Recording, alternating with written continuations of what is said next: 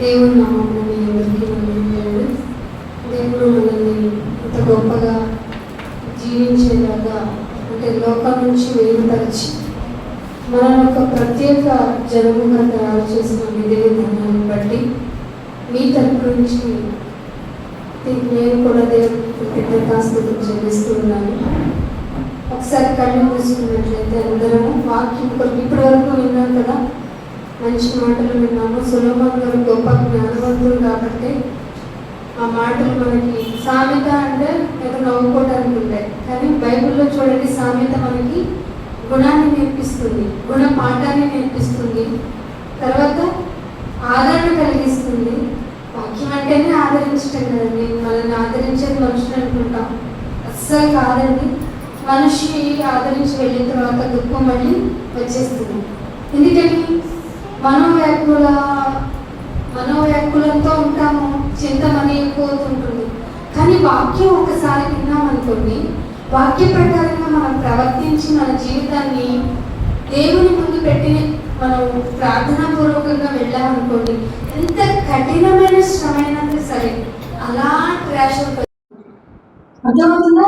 కాబట్టి వాక్యానికి మనము ప్రార్థన చేస్తూ వాక్యం కొరకు అందరూ తలవంచుకుని ప్రార్థన చేసుకుందాము. మీరు కూడా తండ్రి మాతో మాట్లాడి మరి ఒకసారి మాకు అవకాశం కల్పించాము కనుక ఖచ్చితంగా మేము మీ మాటలు వినాలని ఆశపడుతున్నామని కళ్ళు మూసుకున్నాము, ప్రార్థన చేస్తున్నాము.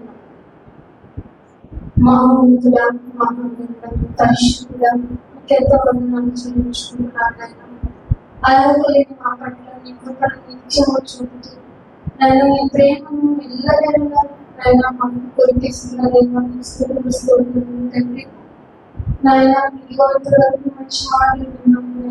మరి ఒకసారి మీ మాటలు ధ్యానించుకోవడం మాకు అవసరం ఇస్తుంది.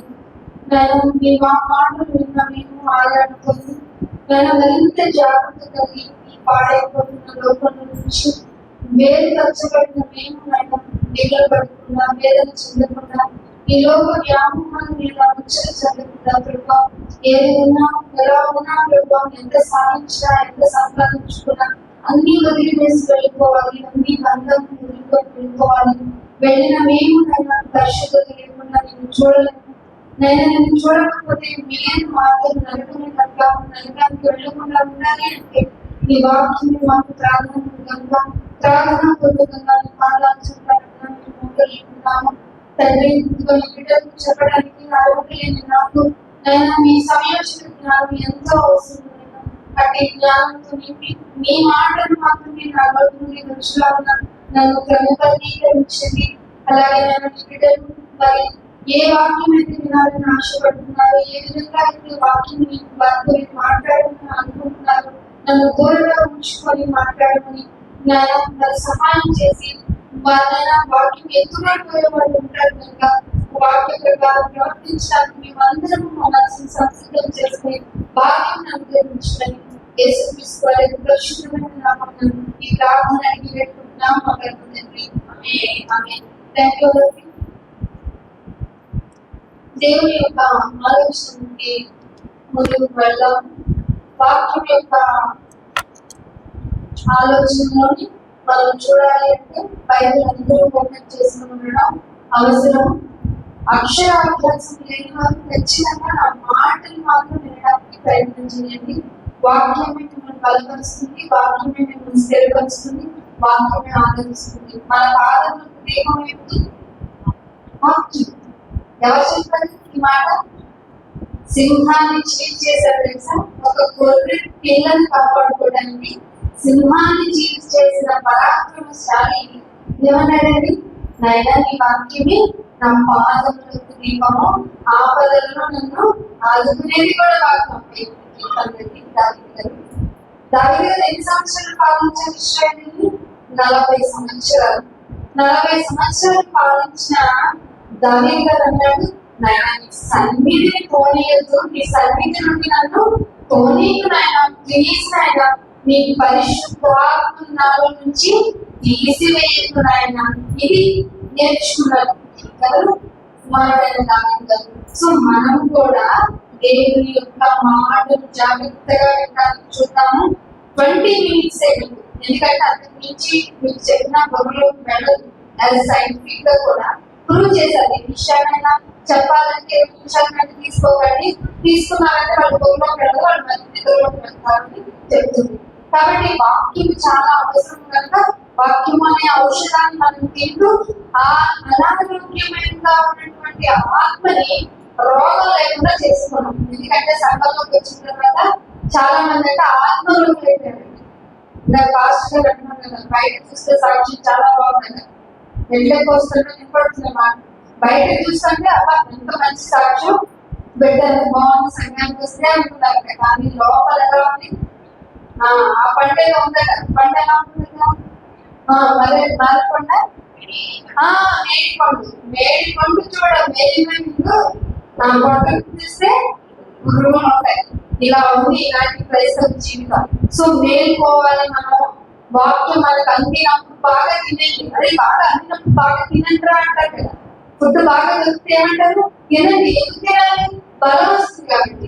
అలాగే వాక్యం కనుక ఎంత దొరికితే అంత తింటారు మీరు అని మీరు ఫిక్స్ అయి వచ్చారనుకోండి, మిమ్మల్ని ఎప్పుడు తగ్గించారు. అర్థమవుతుందా? అందుకే సామెతల గ్రంథము 14వ అధ్యాయం, సామెతల గ్రంథము 14వ అధ్యాయము 17వ వచనాన్ని ముందుకు తీసుకొని వెళ్దాము. ఆ వర్షాలు గొప్పవాడు వాడు అందరూ తీద్దాము, ఎందుకంటే మేము కూడా తీయలేదు కాబట్టి. సామెతల గ్రంథము 14వ అధ్యాయము 17వ వచనం చదువు. త్వరగా కోపపడేవాడు మూఢత్వము చూపును, అది దుర్యాలోచనలు. నేను చదువుకుంటాను, మీకు తెలుసు కదా. త్వరగా కోపపడటం అనేది సహజ లక్షణం అని సైన్స్. సైన్స్ అంటే ఇంకా ఎడ్యుకేట్ చేస్తుంది కదండి, ఆ మాత్రం మనం ఆలోచించుకోవాలి. త్వరగా కోపపడకండి. కోపపడడం ఎందుకు వస్తుందంటే ఉప్పెందుకు తినడం వల్ల. ఉప్పెందుకు తినడం వల్ల ఏమవుతుంది? బీపీ వస్తుంది. అందుకే కోపడము అనుకుంటే ఇక్కడ బైబిల్లో ఒక మాట ఎంత ఆశ్చర్యం కలిగించిందంటే, త్వరగా కోపపడేవాడు ఏం చూపుతాడంటే బీపీ చూపించడు. ఏం చూపిస్తాడు? మూఢత్వము చూపించును. ఇంకేమంటున్నాడు చూడండి, దుర్యాచనలు కలవాడు ద్వేషింపబడు, దురాత్మతో ఆలోచించేవాడు. మరి సాంస్కృతిక మాట్లాడలేదు, ఏమంటున్నాడు? అలా ఆలోచించేవాడు, దురాలోచనలు కలిగిన వాడు తెలియకుండానే ద్వేషింపబడతాడు. నన్ను అందరూ ద్వేషిస్తున్నారు కదా, నేను మంచిగా అని కాదట. మన ఆలోచనే దురాత్మపరంగా ఉండటం వల్లే అందరూ మనల్ని ద్వేషిస్తారు. మీరుండే మెయిన్ క్యారెక్టర్ ఏమిటంటే త్వరగా కోపపడిపోతాడంట. ఆ త్వరగా కోపపడిపోవడం వల్ల ఏమొస్తుందట? మూఢత్వం వస్తుందట. అదే 18వ వచనంలో ఇంకో మాట ఉంటుంది చూడండి, జ్ఞానం లేని వారికి ఎందుకైనా మూఢంగా ఉంటాడు, వాడు యొక్క మూర్ఖుడుగా ఉంటాడు అంటే వాడికి ఉండే ఒక నెగటివ్ థాట్ ఏంటంటే, వాడికి ఉండే లక్షణం ఏంటంటే ఆ వాడి జ్ఞానం అవ్వదు. ఏ జ్ఞానం? జగన్లో వచ్చారు మన దేశ ప్రధాని, మన రాష్ట్ర ప్రధాని ఇవేం చేస్తాయి? జస్ట్ మనకి ఎగ్జామ్స్ లో మార్క్స్ తెచ్చి పెడుతుంది. కానీ దేవుని కూర్చిన జ్ఞానం మీకు లేదనుకో, డబ్బు ఉంటే అనుకో, నా అంతలో లేదంటారు. డబ్బు లేకపోతే దేవుడా మమ్మల్ని ఎందుకు ఇట్లా చేసావు, మమ్మల్ని ఎందుకు చేయడం, మాకు అన్యాయం లేదండి, ఇట్లా చేసావంటే అని అంటాం. అదే రోగం వచ్చింది అనుకో, ఏమంటావు? ఎందుకు నేనే దొరికాను, రోగం తెప్పించడానికి నేనే దొరికానా అంటాం. పైకి ఇంకేమంటాం? రోగం లేకపోతే దేవుడు ఏ దేవుడు రాకుండా నాకు కూడా ఉండి కాపాడాడు అంటాం. ఇలా మిశ్రమ జీవితం ఉందనుకో, దీన్ని బైబిల్ స్పష్టంగా ఏం చెప్పిందంటే నులివెచ్చని జీవితం. అర్థమవుతుందా మీకు నేను చెప్పేది? ఏమన్నా నులివెచ్చగా ఉంటే ఎలా ఉంటుంది? అటు వేడిగా ఉన్న నీళ్ళు పోసుకోకూడదట, చల్లగా ఉన్న నీళ్ళు పోసుకోకూడదట. నులివెచ్చగా ఉన్న నీళ్ళు పోసుకుంటే బాడీకి మంచిదేమో, కానీ నులివెచ్చని జీవితం కాసేపు కాసేపు లోపలగా కాసేపు దేవుడి కోసం అయ్యారు కూడా పెడితే వచ్చేసి మైండ్ సెట్ ప్రార్థన ఆధారంటే ప్రతిరోజు వెళ్ళాల్సిన అవసరం. ఇవే రెండు మైండ్ సెట్లు ఎక్కడ ఉంటాయి చెప్పండి? జ్ఞానమే ఉంటాయి. అవి మీలో కూడా ఉంటాయి. అలా నులివెచ్చని జీవితం ఉంది అనుకో, జ్ఞానం ఏంటంటే ఎప్పుడు స్టేబుల్ గా ఉండాలి. యెహోవా ఇచ్చిన అంటారు గడిచినాయో ఎలా ఉన్నా ఎలా చేసినా నాయన యు ఆర్ మై లార్డ్, నీవే నా కాపరి, గొప్ప కాపరి, మంచి కాపరి అన్నారా లేదా? ఎవరైనా ఏమో మాకు తెలియదు కదా, నీవే నా మంచి కాపరి నాయన, నేను గొర్రెలకు మంచి కాపరైనా నువ్వే నాకు కాపరి. ఇదే డైలాగ్ ఇంకో బయట అంటారు కొత్త నిబంధనలోకి వచ్చినప్పటికీ. ఎవరైనా నేను గొర్రెలకు మంచి కాపరి, యేసు ప్రభువు కూడా అన్నారు కదా. కాబట్టి జ్ఞానం లేకపోతే ఏమొస్తుందట? మూఢత్వం వస్తుంది. మళ్ళీ ఒకసారి వచనం రక్షించండి. స్వాస్థ్యము అంటే ఇది ఎప్పుడు పోదని, అంటే మూఢుడుగా ఉన్నవాడు, మూఢత్వం కలిగిన వాడు జ్ఞానం లేకపోతే ఇక వాడి వారసత్వం వచ్చేది. పైగా వివేకులు జ్ఞానమును కిరీటముగా ధరించుకుంటారు. గుడికొస్తే ఏమవుతుందంటే ఏమి రాదని చెప్తే మీకు హార్ట్ అటాక్ వస్తుంది. ఏమొస్తుందో తెలుసా? జ్ఞానం ఉంటే తెలియకుండానే మీకు కిరీటం ఇస్తాడు దేవుడు. దయా కిరీటం, నీతి కిరీటం తెలుసా మీకు? ఎక్కడ ఎవరికి ఇస్తాడు? విశ్వాసులకండి. ఏ విశ్వాసం ఇస్తారనుకుంటారు? అంతము వరకు సహించువాడు. నైనా నా ఇంట్లో ఏంటినైనా బిడ్డలు పోయారు, ఆసిపోయింది, గొర్రెలు పోయింది, అన్ని పోయింది. నేను పాప పరిహారాన్ని బదులు ప్రతిరోజు నా బిడ్డల కోసం అర్పిస్తున్నా, పోయినాయి ఏంటి నాయనా అని యెహోవా ఇచ్చిన యెహోవా తీసుకున్న అనగలరా? నీ ఇప్పుడు 15-20 సంవత్సరాలు నీ చర్చ్ స్పిరిచువల్ లైఫ్ లో ఎప్పుడన్నా ఏదన్నా నెగటివ్ నీకు జరిగిందనుకో, జరుగుతుందా? జరగదా? ఖచ్చితంగా జరుగుతుంది. ఎందుకంటే నీ శత్రువు అపవాది ఆకాశ మండలంలో ఉన్నాడు కనుక వాడు నీకు ఏం నెగిటివ్ చేసి మీకు ప్రకటన గ్రంథంలోకి వెళ్తే అదే చెప్తాడు. ఎప్పుడూ తన సహోదరుల మీద నేరం ఉపయోగం అక్కడ వెళ్ళున్నాడట. మీకు అర్థం కాని ఒక విషయం, గుర్తులేని ఒక విషయం, మీకు తెలియని ఒక విషయం ఏంటంటే అపవాది రోజు మన దేవుడితో మాట్లాడతాడు. తెలుసా మీకు? మహాసభలో మాట్లాడతాడు. ఎగ్జాంపుల్ యోగారి ఏంటి సాగా ఏంటి విషయం? అటు ఇటు తిరిగాను ఒక విశ్వాసం కనపడ్డాడు యోగాన్ని. అది చుట్టూ కంచె వేసావులే, ఒక్కసారి కంచె అంటే అసలే మన దేవుడు ఏంటంటే రోషం కలిగిన దేవుడు. రోషం కలిగిన దేవుడికి ఏమొస్తుంది? సరే పో, ప్రాణం మాత్రం ముట్టుకోకి లేదు, ఏం చేసుకుంటావు చేసుకో, నా బిడ్డ అసలు తొడకడు, బెనకడు, వనకడు. అర్థమవుతుందా? ఎలాంటి విశ్వాసం ఇయ్యాలి అని ప్రార్థన చేశాం మనము. అలాంటి విశ్వాసాన్ని దొరికి పుచ్చుకుని దేవుని యొక్క ప్రశంసలు. ఏమండి, మన జీతం ఎక్కడ ఉంది? ఎవరి జీతం మనకి ఇస్తానన్నారా లేదా? మీరు ఉద్యోగం బాగా చేయాలా లేదా? మనకు బాగా కష్టపడాలా లేదా? మనం అందరం కష్టపడితే అక్కడ ఉంటుంది జీతం. ఆ జీతం కోసం ఇక్కడ ఎంత కష్టమైనా వెళ్తామా లేదా? పొద్దున్నే లోకపరమైన జీతం కోసం పొద్దున్నే 6కి షిఫ్ట్ అంటే లేస్తావా లేదా? 6కి షిఫ్ట్ అంటే 8కి లేసేద్దామా? 5:30కే వెళ్తాం. ఇంకా టాలెంట్ పెట్టుకోవాలి, ఏమీ చేయాలి. మరి దేవుని దగ్గర ఎంతో ఉండాలి అనుకునే మనము ఇక్కడ 10కి వస్తాం. 10కి వెళ్ళాలని వచ్చారు, 8కి వస్తాం. నేను మంచి వాళ్ళకి పంపడం వచ్చాను. ఎవరికి కావాల్సిన వాళ్ళు దేవుడు చేస్తారా లేదా? అందుకని జ్ఞానము ఉన్నవాడికి మూఢత్వం ఉండదు. వివేకులకి జ్ఞానం అనే కిరీటం దేవుడు ఇస్తాడట. అందుకని ఇదే సామెతల గ్రంథము 10వ అధ్యాయం ఒకసారి సామెతల గ్రంథము 10వ అధ్యాయము 12వ వచనం చూద్దాం. సామెతల గ్రంథము 10వ అధ్యాయము 12వ వచనం. పగ కలహములు రేపును ఏం చేస్తాడట?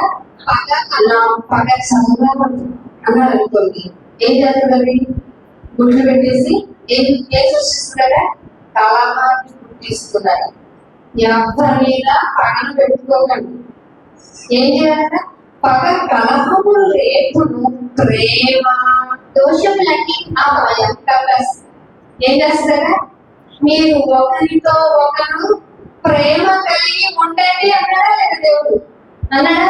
ఇంకొక చోట జ్ఞానము మీరు ప్రేమించాలంటే జ్ఞానముతో ప్రేమించండి అంటున్నాడు. ఇవన్నీ పొగటెక్కాలంటే మనం కంపల్సరిగా మనం ప్రతి వారం కూడుకోవాల్సింది. కలహము రేపును, ప్రేమ దోషములన్నింటినీ కప్పును.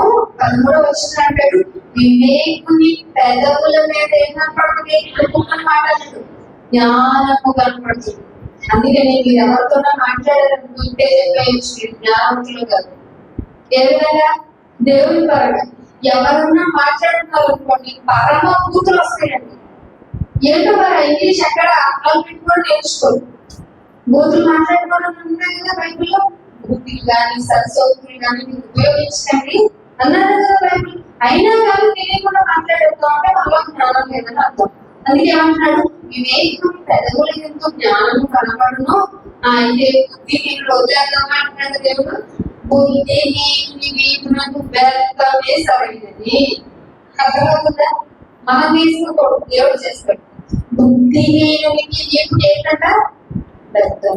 ఇంత పనిష్మెంట్ ఉంది బుద్ధి జ్ఞానంగా ఉంటాయి. అందుకే సామెతల గ్రంథం 29వ అధ్యాయం, సామెతల గ్రంథము 29వ అధ్యాయం 9వ వచనం. సామెతల గ్రంథము 29వ అధ్యాయం 9వ వచనం. జ్ఞాని మూఢునితో వాదించిన మూఢునితో వాదించినప్పుడు వాడు నేర్చుకోడు, రేగుతూనే ఉంటాడు. ఇప్పుడు జ్ఞానిగా ఉండాలా మూఢునిగా ఉండాలి? జ్ఞానిగా ఉండాలి. జ్ఞానం ఎక్కడ దొరుకుతుంది? క్రీస్తునందే కదా సర్వము గుప్తమై ఉన్నాయి. క్రీస్తులు వాక్యమై ఉండేది. యోహాను సువార్త 1వ అధ్యాయంలో ఉంది కదా, నీ వాక్యమై ఉన్నాడు. ఆ వాక్యం దేవుని వద్ద ఉన్నాడు. ఆయన వాక్యమై ఉన్నాడు. ఇప్పుడు శరీరధారి. ఇప్పుడు బిఫోర్ 100 years బ్యాక్ ఆయన దేవుని ఉన్నాడు. శరీరధారి భూమి మీదకు రావడం వల్ల మనందరికీ ఒకేసారి క్షమాపణ దొరికింది. కానీ ఈ క్షమాపణ చాలా మంది భూమి మీద ఒప్పుకోవడం లేదు. ఒప్పుకున్న నీవు జ్ఞానివైతే నువ్వు ఎలాగైనా వాడిని ఒప్పించాలి. ప్రేమతో సుమా, ప్రేమతో సుమా. నువ్వైతే మాత్రం ప్రేమ కావాలంట. ఎందుకంటే నేను ప్రేమగా చెప్పునైనంటే ఒప్పుకోనంటే కుదరదు. ప్రేమే అని 1 కొరింథీ పత్రికలో ఇవన్నీ చెయ్యండి. మీరు ఏమైనా ఇచ్చేయండి, మీ శరీరాన్ని, మీరు డబ్బుల్ని ఎన్నైనా ఇచ్చింది, కానీ ప్రేమ లేకపోతే ఏమవుతాయి అంటే గడగడలాగే తాళాన్ని అన్నారు. ఇప్పుడు సంఘంలో చాలా మంది తాళాలు ఎక్కువ అంటే ఏం లేదంటే ప్రేమ లేదు అర్థమవుతుందా? జ్ఞానము. మీరు ఇంటికి చదవండి, గడగడ తాళమునే ఉంటాను నేను. ఇంకొక మాట కూడా అంటాడు, ప్రేమ లేకపోతే ఒకసారి చదవండి. 1 కొరింథీ 13 వచ్చేది, 1 కొరింథీ 13 వచ్చేది చదవండి.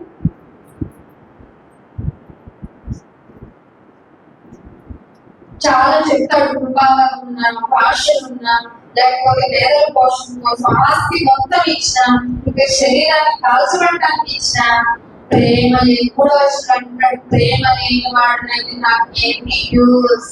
ప్రేమ ఉండాలి. క్రైస్తవులకు ఉండాల్సిన మొదటి లక్షణం ఏంటంటే ప్రేమ. ప్రేమ లేకపోతే ఏమంటే లాస్ట్ లో చెప్తాడు, ప్రేమ అన్నింటినీ తాడుకోవాలి, మరి అన్ని చేయాలి అని చెప్పి లేకపోతే అర్థంలో చూసుకున్న తర్వాత ఇంటికి వెళ్ళిన తర్వాత నీ ఫేస్ ని గుర్తుంటదా? 12వ వచనం ఏమంటాడు, ఇవన్నీ నువ్వు చెప్పిన తర్వాత ప్రేమ లేకుండా ఏం చేసినా అర్థంలో చూసుకుని పక్కకి వెళ్ళి మొహాన్ని నా ఫేస్ ఎలా ఉంటుంది, రౌండ్ గా ఉంటుంది, కాల్గా ఉంటుందా, దొరుకుతుంది ఎలా ఉంటుంది మర్చిపోతాం. అలాంటి తొలిలో అయిపోతావా నువ్వు? చాలా ఇంపార్టెంట్ అన్న క్రైస్తవుడికి ప్రేమ అనేది. ఆ ప్రేమ అనేది కల్మషం లేకుండా చూపించాలి, నిష్పక్షపాతంగా చూపించాలి, భరించాలి. ప్రేమ దోషములన్నింటినీ ఏం జరుగుతుంది? ఏ రీతి చూపించాలి? ఏ రీతిగా చూపించామనుకోండి, మిగతా 4 ఫింగర్ 5 ఫింగర్స్ లో 4 ఫింగర్స్ ఎక్కడ చూపిస్తున్నాయి చెప్పండి? నేను మీ వైపు చూపిస్తుంది ఒక ఫింగరే, కానీ నా వైపు ఉన్నాయి మిగతా నాకేనంట. సో దేవుడు నువ్వెవరినైనా పాయింట్ అవుట్ చేసావనుకోండి, పాయింట్ చేసి నుంచి ఇలా అలా అలా అనేసావనుకోండి, మిగతా దేవుడు నీకు నిరామోహంగా చెప్తాడట. అందుకే దేవుడు అన్నాడు, నీవు ఎదుటవాని విషయంలో ఎట్టి కొలత కొలుస్తావో నీకు నేను అంటే కొలత కొలుస్తాను. కానీ నువ్వు ఎవరినన్నా క్షమించావనుకో నిన్ను బట్టి వారిని నేను క్షమిస్తాను. విశ్వాసానికి ఎంత ఇచ్చాడు చూసాడు దేవుడు. చాలా మంచిదండి. సంఘము సత్యములకు స్తంభము. అర్థమైన సంఘంలో ఉండటము చాలా మంచిది. అందుకే ఒక్క మాట 13వ వచనం, విశ్వాసము, నిరీక్షణ, ప్రేమ, ఈ మూడితే తీసుకున్నాయన అంటే ఏమన్నాడట చెప్పండి. 3వ వచనం చదవండి. కాగా విశ్వాసము, నిరీక్షణ, ప్రేమ, ఈ మూడు నిలుస్తాయన. ఈ మూడు ఉంటాయి. నిరీక్షణ ఉంటది, ప్రేమ ఉంటది, విశ్వాసం ఉంటది. కానీ వీటిలో ద బెస్ట్ ఏంటంటే ఏం చెప్పాలంటే శ్రేష్టమైనది ఏదో మీకు తెలుసు కదా అని చెప్పాడు కదా. ఖ్యాతి కలదేదో, విశ్వాసమైనదేదో, మంచిదేదో మీకు తెలుసు కదా. సరే, ఎవరి మీదైనా బాగున్నా కోపం ఉన్నా వాటన్నిటిని పక్కన పెట్టండి. ఎందుకని శ్రేష్టమైనది ప్రేమే. లాస్ట్ రిఫరెన్స్ చూపిస్తాం చూడండి. 2 తిమోతికి రాసిన పత్రిక 2వ అధ్యాయము 2వ అధ్యాయము 23వ వచనం చూడండి. అది ఏముండాలంటే మనము ఇందాక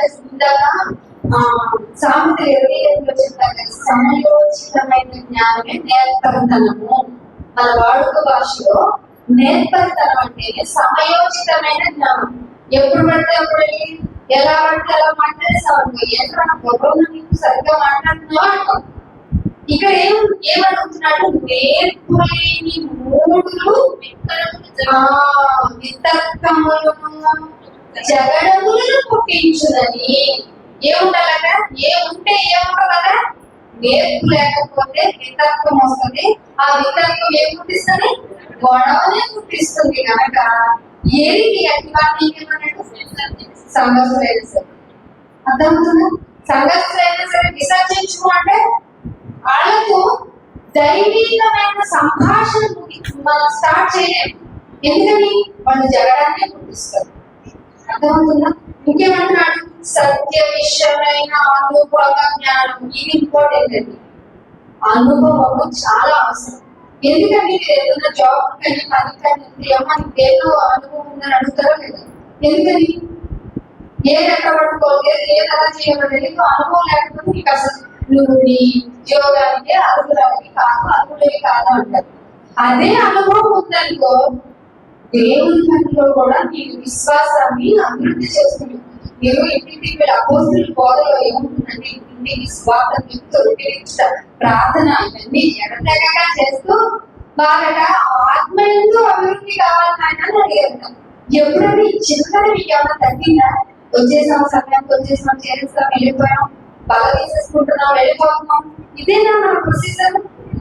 అందుకే మూల పాఠాలైనా మీరు చేస్తున్నారని మీరు ముందుకెళ్ళాలంటే మీ విశ్వాసంలో అభివృద్ధి కావాలి.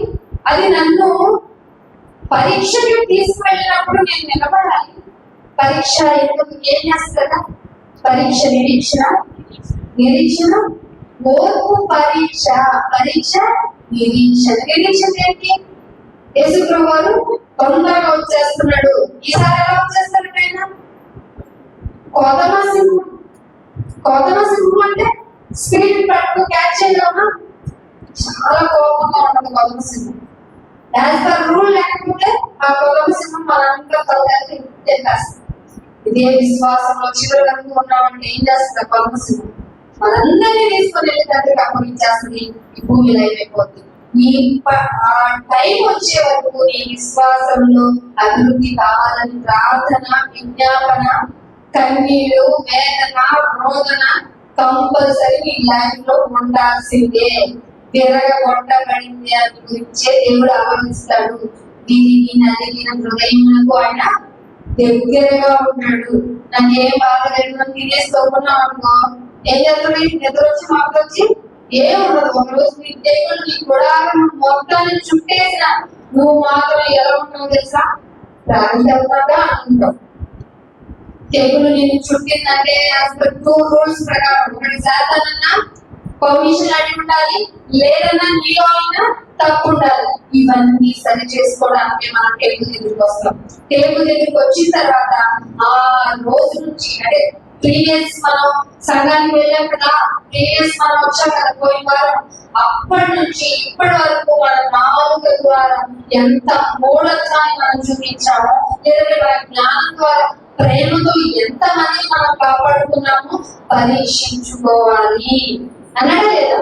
మీరు తీసుకుంటున్నప్పుడు మిమ్మల్ని మీరే పరీక్షించుకుంటున్నాను. మనం చాలా మంది చేస్తున్న తప్పేంటో తెలుసా? ఎదుటి వాళ్ళ జీవితాల్లో వెళ్లి పెడతాం. ఎదుటి వాళ్ళ జీవితాల్లో వెళ్ళిపెట్టి సొంగని ఒకళ్ళు వచ్చారు కదా ప్రార్థన చేసుకుంటే పక్కన చూపించి వాడికి నాయన థ్యాంక్ యూ నాయన అన్నామని నిన్ను పడుకుంటాడు అని అన్నాడు. నీ శత్రువు గురించి కూడా నువ్వు నెగిటివ్ థింక్ చేసావా, నా ఆలోచన డైరెక్ట్ మళ్ళీ ఆటలు రావాల్సింది నీకు వస్తుంది, జాగ్రత్త. కాబట్టి మన ఆలోచన విధానం మార్చుకున్నాం, పరీక్షించుకున్నాం. సమయోచితమైన జ్ఞానంతో క్రైస్తవం కంపల్సరిగా ఈ రోజుల్లో లేకపోతే నిన్ను క్వశ్చన్లు చుట్టుముట్టేస్తాయి. వివేకం కలిగి బ్రతుకులను ప్రార్థన చేసుకున్నాం. తండ్రి మీకు ఎంతో చెల్లించుకుంటున్నాం. ఈ సమయం నాకు ఇచ్చారంటే ఎంతో గొప్ప మా జీవితాల్లో ఉండవలసిన లక్షణాలు కోరుతున్నాం. ప్రేమతో ఉండాలని చెప్తున్నాము. ప్రేమ అన్నింటినీ మూడు మాత్రమే త్వరగా అభ్యసపడతాడు. వాడికి జ్ఞానం ఉండదు కనుకని వాడు కల్పనలు పెట్టుకుంటూ ఉంటాడు, వాడు రేగుతూ ఉంటాడని చెప్తున్నాం. నేను మా జీవితం మార్చుకుంటానని మాలో ఉన్నటువంటి బలహీనతని బాధలు చెప్తాను అడుగుతున్నాం, క్షమించుతాను. మరి ఒకసారి మా జీవితాలు ఎటువంటి నైనానికి ఆయాసకరమైనది, విజ్ఞానకరమైనది లేకుండా కాపాడి. ఒకవేళ మేము పరీక్షలో ఉంటే ఆ పరీక్షల ద్వారా పొందుకునేటువంటి భాగ్యం నిర్మించండి. ఇవన్నైనా మీ వాళ్ళ సమీపానికి వస్తున్నాం. పెరిగి నలిగిన హృదయంతో మేమందరము వినయ మనసుకులే మీ బాగా చుట్టూకు వస్తున్నాం. మీ కుమారుని యొక్క శరీరం మా దగ్గరికి వస్తున్నప్పుడు భయం కలిగి తీసుకుంటున్నాం. మేము పట్టిన వేసి నలుగుకుంటూ పోతున్నాం. నేను మీ కుమారుడు పొందిన వేదన చేసుకుంటూ నేను ప్రేమ ఎంతో తెలుసుకొని ఆ ప్రేమను పంచడానికి, క్రైస్తవుడు అంటే ప్రేమ అని తెలియజేయడానికి ఆయన సర్వలోకములకు వెళ్ళి స్వార్థను ప్రజలు పరచుకున్నాను. మీ ఆజ్ఞను గుర్తు పెట్టుకొని వాళ్ళని సమీపిస్తున్నప్పుడు వాళ్ళ దోషాలన్నిటినీ కడిగి వేయండి. మీ మాంసమును నైనా మీ బిడ్డ యొక్క మాంసమును రక్తమును మా శరీరంలోకి పంపించుకుంటున్నావేమో. తిరిగి నన్ను ఈ లోకపరమైనటువంటి వ్యామోహాల్లో కానీ, ఈ లోకపరమైనటువంటి శరీరపు తత్వమును కానీ, స్వాభావికమైనటువంటి గుణాలను వాటిని తృప్తి వేసుకొని నేను ముందుకు వెళ్ళడానికి మమ్మల్ని సిద్ధపరచుకుని వాళ్ళ సన్నిధిలో మోకరించేంత వరకు నేను సంఘాన్ని, సంఘ బిడ్డని, పాపని కానీ అందరినీ మీరు జ్ఞాపకం చేసుకొని మంచి దీవులతో నింపి మీరు కుమరించి నడిపించుకొని యేసుక్రీస్తు వారి అతి పరిశుద్ధమైన నామమున ఈ ప్రార్థన పెట్టుకుంటున్నాం. తండ్రి thank you. God bless you.